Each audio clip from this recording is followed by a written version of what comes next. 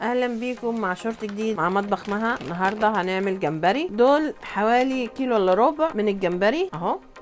هنا عملنا اول حاجه ايه، عملنا بصله وتومه قطعناهم وبعدين شوحناهم بالزبده لغايه ما اتحمروا. بعد كده عملنا حطينا شوربه الكابوريا وبعد كده حطينا التوابل بتاعتها وبعدين هنحط الجمبري عليها لغايه ما يغلي. دلوقتي هنا بتغلي الجمبري اهو كده، معناه مطاب. طفي عليه ونبدا. انا خلصنا اهوت الجمبري استوى وقدمناه اهوت، وبالهنا والشفا. ما تنسوش اللايك والاشتراك في القناه مع فيديو جديد مع مها يوسف.